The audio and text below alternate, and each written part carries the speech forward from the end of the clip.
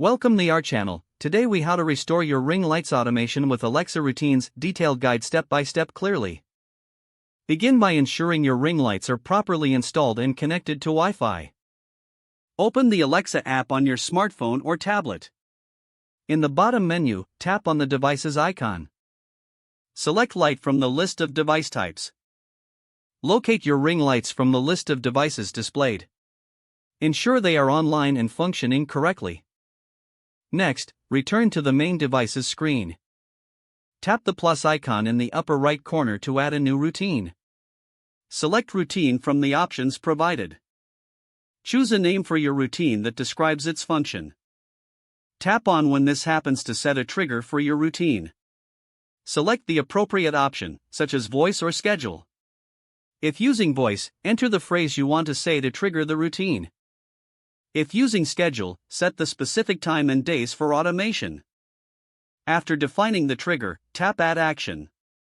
Scroll down and select Smart Home. Choose Control Device from the list of options. Find and select your Ring lights.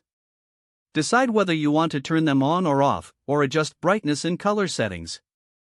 Once you've made your selections, tap Next. Review your routine settings to ensure everything is correct. When satisfied, tap Save to finalize the routine.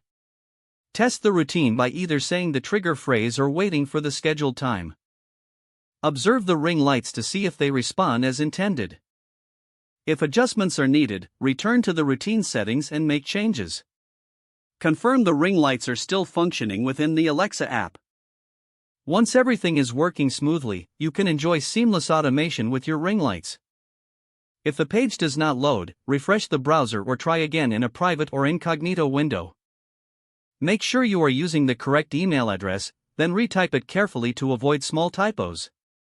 If your password is not accepted, use the reset option and create a new strong password you can remember.